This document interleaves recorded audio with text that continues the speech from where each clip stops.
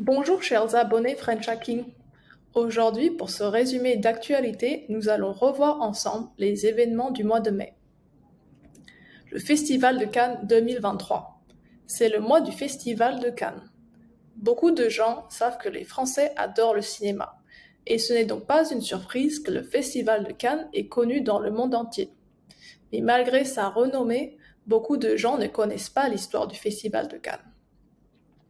Saviez-vous que le festival a été fondé le 20 septembre 1946 et qu'il se déroule chaque année durant le mois de mai au Palais des Festivals et des Congrès, mais aussi qu'il s'appelait le Festival international du film et que c'est seulement en 2003 qu'il a commencé à être appelé le Festival de Cannes? Maintenant, vous le savez. Ce mois-ci, c'est le 76e festival qui est en cours. Il a commencé le 16 mai et se déroule actuellement jusqu'au 27 mai. Cette année, la sélection de films est très variée. Il y a beaucoup de films indépendants et beaucoup de films français de tous les genres, mais il y a aussi des films américains dont les gens parlent beaucoup. Parmi ces films, Harrison Ford est là pour promouvoir son film le plus récent, le 5e et dernier Indiana Jones.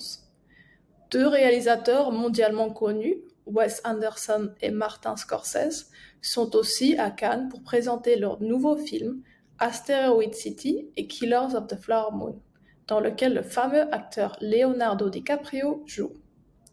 Chaque jour, pendant 10 jours, des célébrités du monde entier, réalisateurs, acteurs, actrices, mannequins, se maquillent, s'habillent de vêtements luxueux et portent les plus beaux et gros bijoux du monde pour cet événement exclusif. Qui gagnera la Palme d'Or? Continuez à suivre le festival pour le découvrir. Nicolas Sarkozy et l'affaire des écoutes. Nicolas Sarkozy est un des anciens présidents de la République française et il a toujours eu une réputation controversée. Bien qu'il ne soit plus président de la France depuis plusieurs années, récemment, il est à nouveau au centre de l'actualité à cause de l'affaire des écoutes. De quoi est-ce qu'il s'agit? Cette enquête se nomme l'affaire des écoutes car elle s'est créée après que des enquêteurs ont écouté les téléphones de Nicolas Sarkozy pour trouver des informations en lien à une enquête. Tout a commencé en 2013 quand des enquêteurs ont écouté une conversation entre Nicolas Sarkozy et son avocat où il parlait du fait que Nicolas Sarkozy avait utilisé sa position en tant qu'ancien président pour son intérêt personnel, en échange d'offrir un meilleur poste à un individu de l'ordre judiciaire. Il y a eu des questions au sujet de ces écoutes, si elles étaient illégales, mais la justice a finalement pris une décision.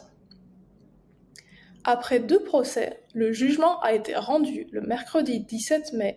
L'ancien président de la République française a finalement été condamné à 1 an de prison ferme par la Cour d'appel pour corruption active et trafic d'influence.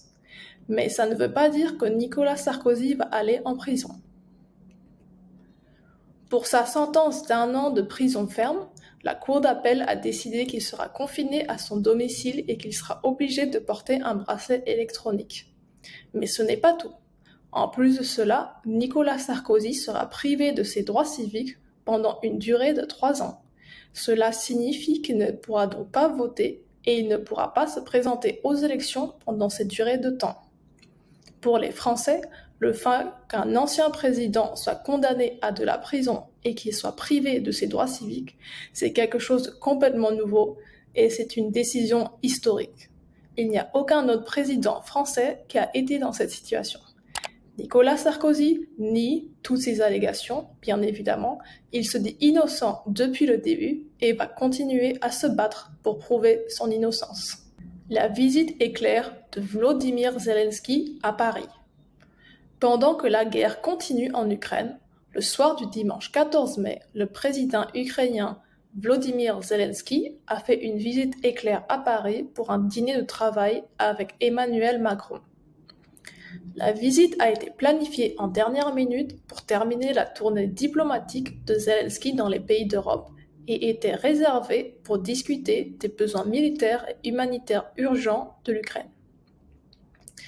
Volodymyr Zelensky a fait une tournée d'Europe pour s'assurer du soutien de ses alliés en préparation d'une grosse contre-attaque ukrainienne contre l'armée russe. Les pays alliés de l'Ukraine sont plusieurs, dont l'Allemagne, l'Italie et la France. Tous sont en train d'établir un nouveau plan d'aide militaire.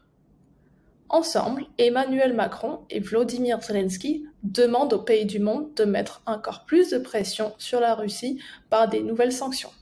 De son côté, le président français a réaffirmé son soutien et celui de l'Europe pour les droits de l'Ukraine.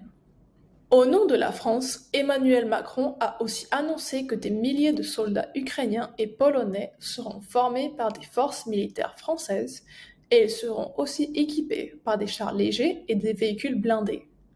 Finalement, bien que la France soutient l'Ukraine dans ses défenses aériennes, la demande de Zelensky de recevoir des avions de combat modernes pour mieux défendre le ciel ukrainien n'a pas encore été acceptée.